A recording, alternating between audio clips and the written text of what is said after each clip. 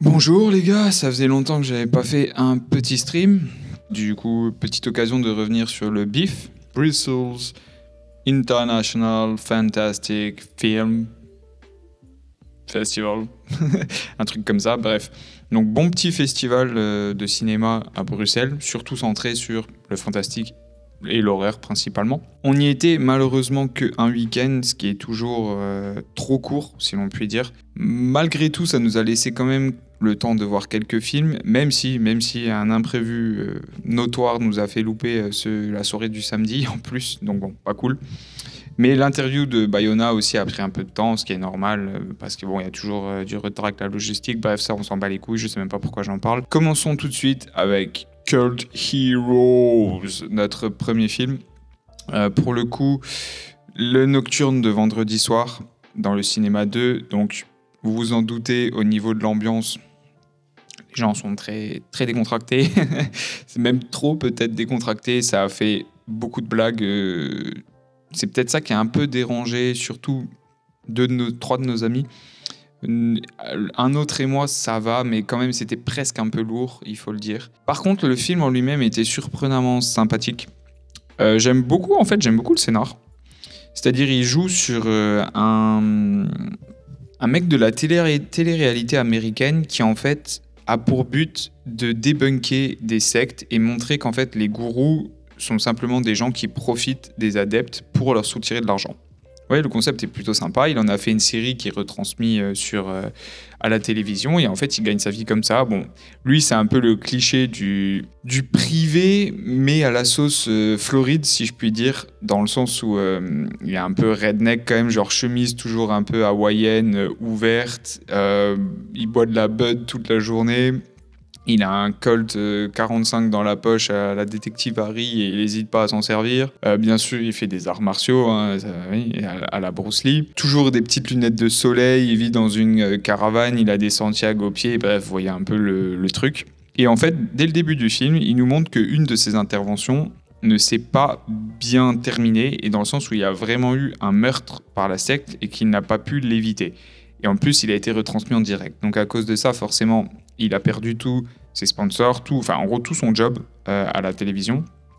Et ce qui est assez intéressant, c'est qu'au moment où on le récupère un petit peu dans le film, au moment où le film commence véritablement, en fait c'est une influenceuse d'internet qui revient sur les télé-réalités autour des sectes et du paranormal et qui du coup l'interviewe en fait, parce que lui il était une de ces figures qui a quand même contribué à rendre ça populaire à la télévision. Même si aujourd'hui il est un peu considéré comme dépassé en fait, comme anachronique. À côté de ça, on a le cliché un petit peu d'un couple américain où la femme est agente immobilière et du coup c'est la guerre parce que bien sûr il y a une compétition féroce entre elle et ses collègues et elle est un peu en train de perdre pied parce qu'elle n'est plus toute jeune, donc elle commence à ne plus pouvoir, entre guillemets, profiter de ses charmes, même si c'est quelque chose que je n'aime pas, contrairement à une de ses collègues qui, elle, est encore très jeune et très plantureuse et tout. Donc, niveau pro, on va dire, ça se passe pas très bien, et dans son couple, c'est encore pire, parce qu'en fait, son mari est complètement assujetti à elle, et en gros, il n'a...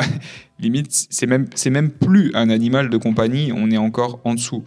Limite, c'est un objet, en fait, qui n'a plus de sentiments et plus d'émotions, qui veut d'ailleurs se suicider et qui même échoue à le faire parce qu'en fait, il se réfugie dans sa voiture où il prend des bouffées de gaz d'échappement en l'ayant allumé dans son garage. Et en fait, sa femme arrive et fait tout capoter. C'est assez drôle, hein, c'est toujours... Bien sûr, le film ne se veut pas du tout sérieux, hein, donc c'était... Franchement, j'ai quand même plutôt rigolé plusieurs fois. Et du coup, pour lui permettre d'aller mieux, ils vont l'emmener en fait dans ce qui ressemble à une secte. Et déjà, sa femme a quand même de forts doutes au début, mais surtout quand elle va se rendre compte qu'ils vont réussir à le retourner contre elle, et donc à ce que lui ne veuille plus passer du temps avec elle. Elle est quand même très amoureuse, hein, il faut le dire. Elle aime encore son mari. Enfin, je sais pas s'ils sont mariés. Oui, ils sont mariés. On voit une photo de mariage à un moment. Eh bien, pour réussir à le tirer des griffes de cette secte, vous le devinez en mille, qui elle va appeler le gars de Cultbuster. Voilà, qui est d'ailleurs une référence directe à Ghostbusters. Je pense que là-dessus, vous l'avez plutôt deviné. Et après, à deux, ils vont affronter les membres de la secte. Ils vont les déglinguer littéralement à base de pièges, de colts, d'affrontements à main nue. Et à la fin, ils vont parvenir à retourner la situation. Le mari va se rebeller contre la secte. C'est même lui d'ailleurs qui va tuer le gourou.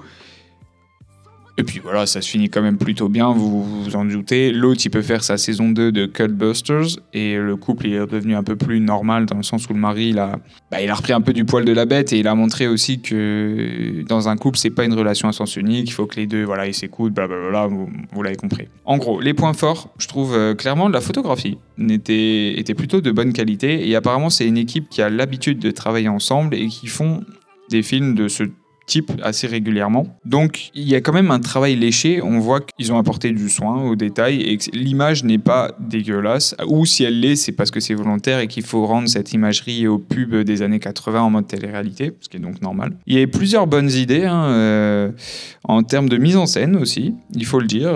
Bon, parfois des trucs un peu gratuits, par exemple il y a un plan séquence dans une ancienne maison où du coup ils se battent contre la secte. Est-ce que c'était nécessaire ? Non, clairement non, parce qu'en plus c'est même pas un moment où la tension doit vraiment être présente, où on doit être dans le moment qui correspond à la diégèse du film, donc c'était plutôt un exercice de style, mais après pourquoi pas, c'est toujours assez joli à voir. Il y a notamment une scène que j'ai appréciée où la femme en fait doit nettoyer une pièce, et du coup en fait on la voit à plusieurs endroits en même temps effectuer des tâches ménagères dans la même pièce. En gros elle se dédouble littéralement.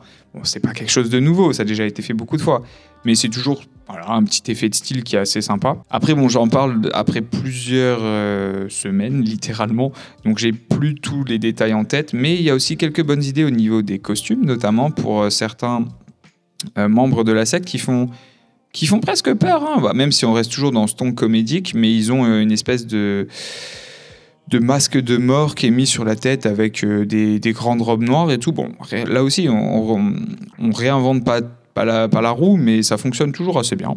Voilà grosso modo pour Cultbusters.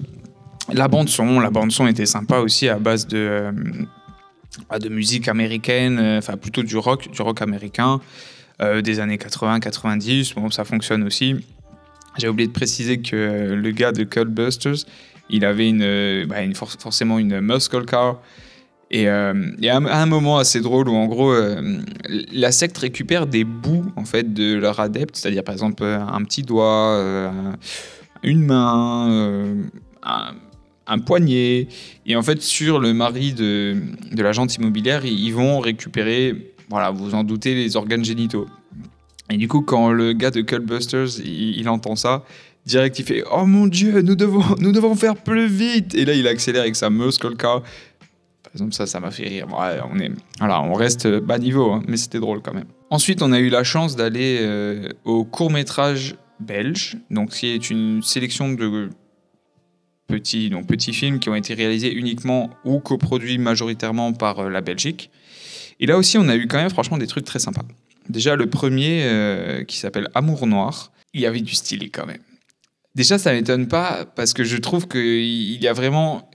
Je déteste dire ça, mais pour le coup, je trouve que c'est plutôt approprié.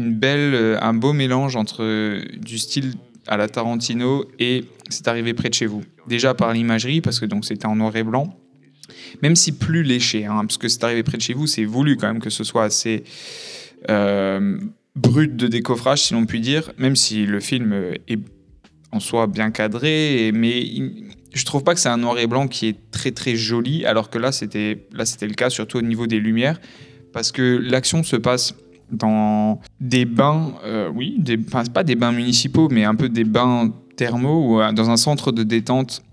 Du coup, on sait pas exactement la ville, mais bon, on va dire en Belgique, assez ancien, où on utilise beaucoup le bois, encore le cuivre, des matériaux assez nobles, et du coup l'endroit déjà a du cachet, et en fait on a une personne qui est en train de se relaxer dans un bac, qui est tiré à partie par un tueur qui en gros va mettre fin à ses jours, et on comprend rapidement la raison. Il a passé trop de temps avec la meuf du boss, et là aussi, ça vous rappelle pas un petit Pulp Fiction par exemple ? Ben si, carrément.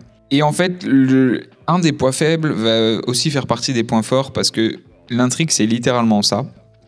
Certes, après, on a une troisième personne qui se rajoute au triangle amoureux qui a été créé et du coup qui devient un quatuor. D'ailleurs, on le devine uniquement avec des gestes, car à cette partie où du coup qui va se transformer en Mexican standoff entre le gars qui est en train de prendre son bain, le tueur et du coup le nouvel arrivant. Et ils vont être sans dialogue. On va comprendre que lui aussi est un amant de la femme du patron, tout comme le tueur, hein, d'ailleurs, qui lui en fait va se créer un alibi en tuant celui qui se repose tranquillement dans son bain. Et ça sans parole. Et donc il y a toute une séquence un peu clipesque où on a une musique et eux, on voit leurs lèvres qui parlent, qui s'énervent et tout à trois, ils se pointent tous de leur revolver et donc ils se menacent de mort. Mais ça sans parole. Franchement, ça c'était assez couillu. Ensuite, la réal était très très très soignée, donc dans ses choix de cadre, dans ses mouvements de caméra qui d'ailleurs qui contrairement à Cultbusters par exemple étaient plus ou moins tous pas non gratuits. C'est-à-dire que si la caméra bougeait, c'était qu'il avait un sens derrière. Par exemple, pour montrer la désorientation des personnages, pour montrer le retournement de situation, pour montrer l'hésitation, la tension aussi qui grandit entre le tueur et celui qui est menacé. Et je crois qu'on est quand même aussi obligé de parler des dialogues, forcément.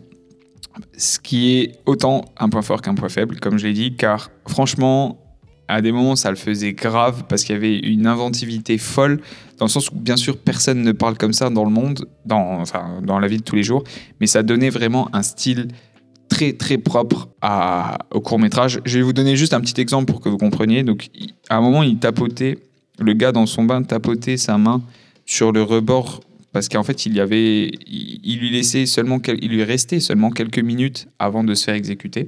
Et le tueur en série, lui, ça le rend fou, en fait, de l'entendre l'autre faire ça sans s'arrêter. Et du coup, il dit, est-ce que tu pourrais arrêter de tapoter le bord de la baignoire parce que ça me rend vraiment complètement dingue. Et il y a tout un échange qui se fait là-dessus et du coup, il répète à chaque fois, l'autre, il va dire, non, je ne pense pas que je vais arrêter de tapoter le rebord de la baignoire qui te rend dingue, car tu vois, moi, je vais me faire bientôt je vais me faire assassiner par toi. Donc, c'est nécessaire pour moi de tapoter sur le rebord et vous voyez, ça part vraiment c'est un combat verbal, en fait, où à chaque fois, ils vont répéter beaucoup ce tapotement et ça le fait, il y a beaucoup d'allitération et tout, on n'est pas loin de la poésie ou du slam. Franchement, ça le fait grave. Mais après, je trouve qu'ils répètent ce stratagème trop de fois, dans le sens où les acteurs ont tendance à beaucoup répéter les phrases de l'autre. C'est des choses que j'aime pas, même si peut-être que c'est souhaité. Mais du coup, ça ralentit en fait vraiment beaucoup l'action. Et ça rend difficile pour les spectateurs de s'impliquer dans les dialogues. Et du coup, forcément, tu perds un petit peu à la longue. Parce que là aussi, j'ai trouvé peut-être un peu trop long. Mais global, et une fin un petit peu abrupte parce qu'on ne sait pas exactement comment ça se finit. Même si, comme j'ai dit, la mise en scène est franchement sympa parce qu'on comprend, avec beaucoup de sous-entendus, ce qui s'est réellement passé entre tous ces personnages du coup et la femme du patron. Donc ça, c'est une grande réussite là-dessus. Donc si vous avez l'occasion, franchement, je dis regardez quand même Amour Noir, c'était vraiment sympa. Ensuite, on passe à La pote d'un pote. En gros, deux amis. Une qui adore raconter des histoires et l'autre qui adore les écouter. Et en fait, ça va être plein de petits segments où elle va raconter des trucs complètement fous et barrés qui arrivaient à une pote d'un pote ou à une pote d'une pote. Et voilà, à chaque fois, ça va être... c'est clairement ce créneau-là avec des petites légendes urbaines, des trucs comme ça. Et quand son amie, en fait, doit partir de chez elle le soir, parce qu'elle doit rentrer tout simplement à son domicile, chez ses parents, elle habite encore chez ses parents. Là, elle va s'imaginer en fait plein de choses lui arriver sur la route, mais qui n'arrivent pas en fait. C'est juste dans sa tête, mais on se rend compte qu'il y a de fortes chances que l'ensemble des histoires qu'elle ait racontées jusque-là soient aussi tirées de son imagination et que ça ne soit pas véritablement arrivé à la pote d'une pote. Donc là, si vous êtes français, je pense que vous pensez vraiment à la série Bloqué, qui a été fait par Orelsan et Gringe, où il y avait déjà avec le gars, le mytho, là, je sais plus son nom, ce genre de choses. La réal est beaucoup plus sage qu'un Amour Noir, mais en soi, ça passe quand même. Enfin, c'est passé, je trouve vraiment plutôt bien. Au niveau de la direction photo, j'ai pas grand chose à dire. C'est bien fait, il n'y a pas de fausses notes, il n'y a rien qui m'a marqué la rétine, mais ça marche grave. Donc, enfin, voilà, bon boulot, je trouve. Après, une petite pépite en animation aussi, parce que franchement, ça m'a laissé un bon souvenir. Ça s'appelle Drifter. Dans une terre un petit peu futuriste, on voit en fait que la journée de chacun commence sur Terre, termine dans les étoiles, dans le sens où en fait le personnage que l'on suit est dans sa piscine. Il a l'air un petit peu en mode pensif. Il réfléchit à sa vie, à l'existence, littéralement. Et aussi, déjà dès le début, on voit qu'il y a travaille très fort sur les couleurs car on utilise beaucoup le vert et un espèce de mauve. Donc tout l'environnement va être dans ces deux couleurs et déclinées dans une palette. Donc déjà visuel très très marqué. Et au cours de la journée, en fait, il va rejoindre une fusée pour décoller dans l'espace, fusionner avec ce liquide vert symbiotique, on ne sait pas exactement ce que c'est, revenir après un trip franchement psychédélique, on peut le dire, aux origines de sa vie et repartir en fait dans une nouvelle journée le lendemain. Visuellement, très intéressant, donc je dis tout le travail de la couleur et de l'animation. Franchement, je trouve qu'on était dans une ambiance très synthwave, donc très spatiale aussi, et psychédélique.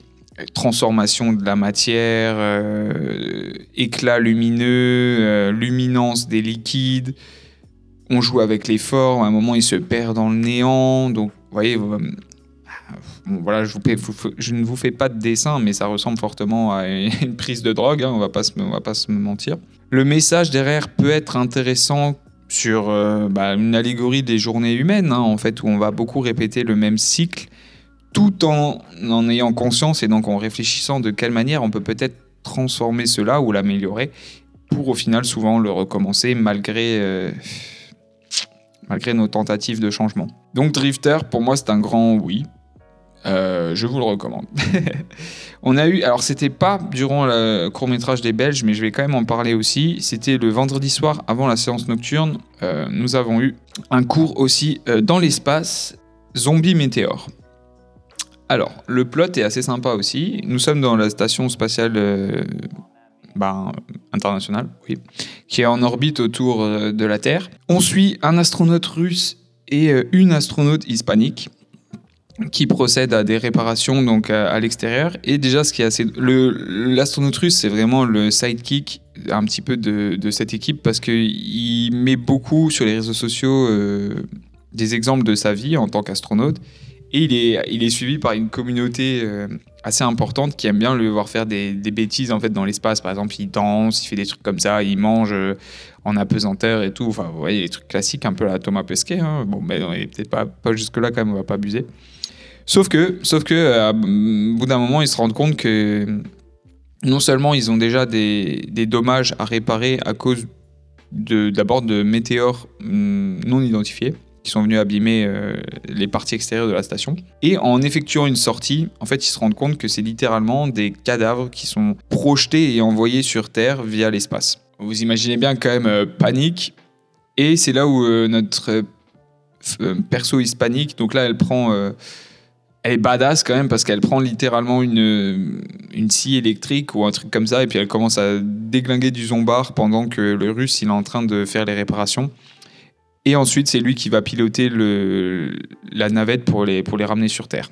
Et à la fin, il se rend compte que malgré tous leurs efforts, le gros météore avec tous les zombies, il arrive et ça se termine comme ça. Alors, au niveau de l'animation, il faut reconnaître que c'était pas ouf. Dans le sens où le style graphique, franchement, pourquoi pas. Mais par contre, il y avait beaucoup de ralentissement de framerate, c'était pas très fluide. Dans les choix d'angle de vue ou quoi, franchement, c'était plutôt cool, il n'y a rien à dire. C'était vraiment dans la fluidité où je trouve que ça se voyait. On n'était même pas à 24 FPS tout le temps. Bon, ça quand même, aujourd'hui, c'est dur quand on le voit au cinéma, même si je sais que c'est pas facile. Donc je ne blâme jamais les équipes, vous avez fait de votre mieux les gars. Et franchement, c'était drôle, ça nous a bien mis dans l'ambiance pour justement enchaîner après avec une séance nocturne. Donc franchement, c'était cool, j'ai bien rigolé. Le petit duo russe-hispanique qui fonctionne très bien au niveau des différences culturelles et tout. L'autre, bien sûr, il fait des blagues sur l'alcool, bien sûr, il fait des blagues sur la Russie et tout, vous vous en doutez. Même si on voit quand même que en dessous, il a un cœur, que c'est quelqu'un de très émotif et tout. Donc, ouais, ça marche. L'autre, elle est badass as fuck. Elle déglingue vraiment tous les zombies et tout en mode film gore. Et d'ailleurs, il y a un moment très stylé. Ça, excellente idée. Pour moi, meilleure idée même du court-métrage. Où elle va se faire tuer par un zombie.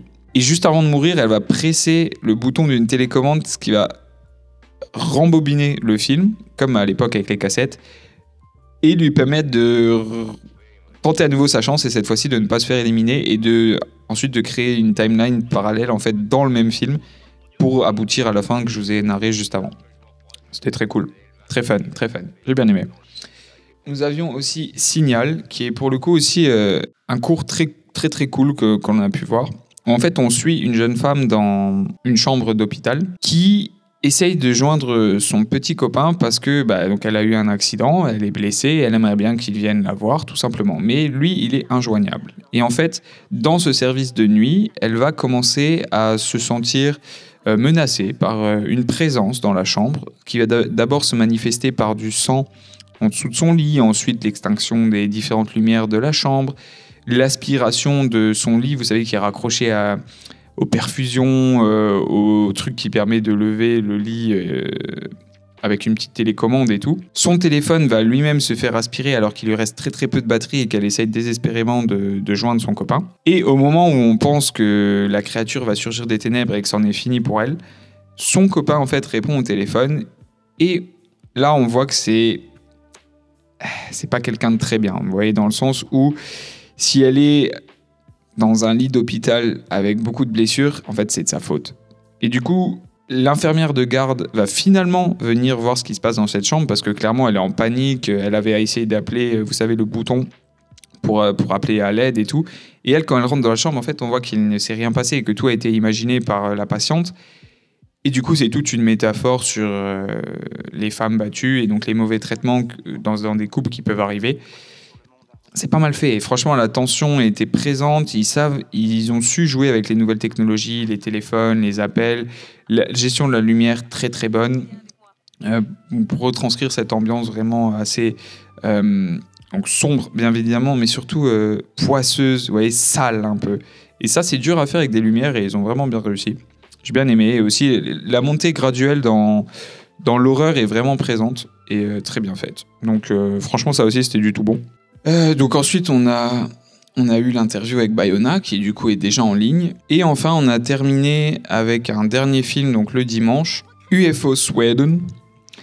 Et là aussi, franchement, il y a des très très bonnes idées. Parce que du coup, on suit une jeune fille dont le père était un fanatique des UFO, donc des ovnis, et qui a disparu un jour alors qu'il était à la recherche d'un ovni et il avait une association avec lui et notamment l'aide d'un scientifique.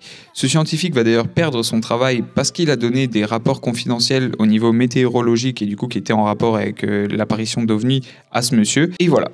On va dire ça, c'est le premier événement du film. Ensuite, on retrouve la jeune fille un peu plus âgée qui a quelques soucis parce qu'elle est assez rebelle. Du coup, elle a déjà eu elle a eu affaire déjà à la police, donc elle a une jeune femme qui la suit un petit peu, pas comme une tutrice, mais une relation un peu qui s'est liée entre les deux parce que plusieurs fois elle l'a laissé partir tranquille et tout, juste après en lui faisant un petit sermon. Elle est en famille d'accueil où là aussi, ou non, c'est son oncle et sa tante, ça se passe plus ou moins bien, on va dire. Mais elle est persuadée que son père n'était pas fou et que donc il a véritablement été aspiré par un ovni, une rencontre du troisième type. Hein. Et du coup, pendant tout le film, en fait, elle va s'évertuer à prouver que les ovnis existent, que ce n'est pas une coïncidence si elles sont liées à ces phénomènes météorologiques, et que là où travaillait le scientifique, ils essayaient justement de couvrir qu'ils avaient connaissance de ces problèmes et qu'ils essayaient de les couvrir pour ne pas affoler la population. C'est assez classique dans le déroulement du récit, dans le sens où elle va faire ensuite partie de cette association. Au début, elle va pas forcément se faire accepter, elle va prouver qu'elle a des compétences et qu'elle a du cran. Donc au fur et à mesure, elle va développer une relation un peu aussi paternelle avec l'ancien scientifique qui est devenu le président de l'association. Elle va au début se faire rejeter aussi par le membre le plus âgé qui, lui, est en fait à un point de sa vie où il aimerait prouver encore que les ovnis existent, mais ils ont eu tellement de soucis et ils se sont fait tellement rembarrer qu'il n'y croit plus. En fait, il a perdu la foi.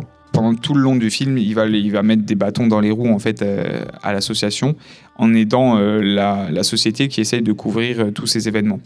Donc elle, bien sûr, c'est aussi une figure, un archétype de l'ennemi dans le film.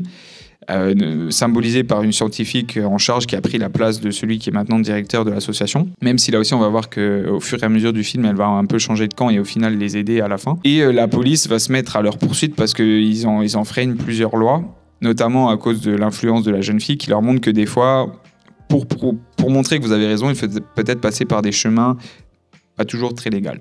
Voilà, au niveau de l'imagerie, c'était plutôt sympathique. Beaucoup de scènes de nuit Alors, avec beaucoup de halos lumineux, notamment sur les lumières, avec les étoiles. Parce qu'en fait, à chaque fois qu'il y a des ovnis qui passent, on a des aurores boréales assez rougeâtres, parce qu'on est en Suède, dans le ciel. Donc ça aussi, c'est très sympa. Le moment où ils vont finalement parvenir à faire cette rencontre du troisième type et à passer dans le monde, entre guillemets, de cette autre forme de vie, et donc où elle retrouve son père, d'ailleurs, très stylisé, un peu comme un désert lunaire avec un vent très puissant et dans une zone un peu désertique, hivernale, mais avec des couleurs très chaudes à cause de la porte un petit peu extradimensionnelle qui est ouverte.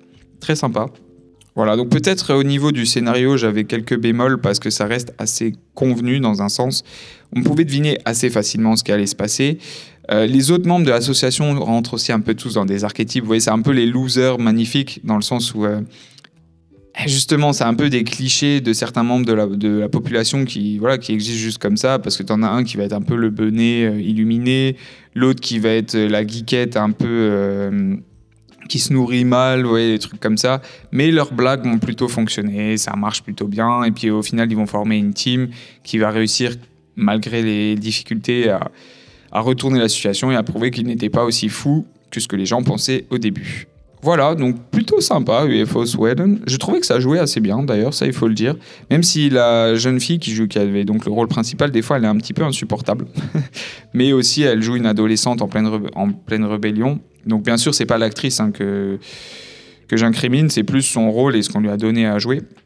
Mais au final, c'est quand même assez raccord, surtout qu'elle a quand même perdu son père et tout. Et chose vraiment jolie, alors qu'elle pourrait suivre son père à la fin dans cette porte extradimensionnelle, elle préfère faire le choix de rejoindre ce qui est en fait sa nouvelle famille et de continuer à chercher, à essayer de comprendre ces différents événements.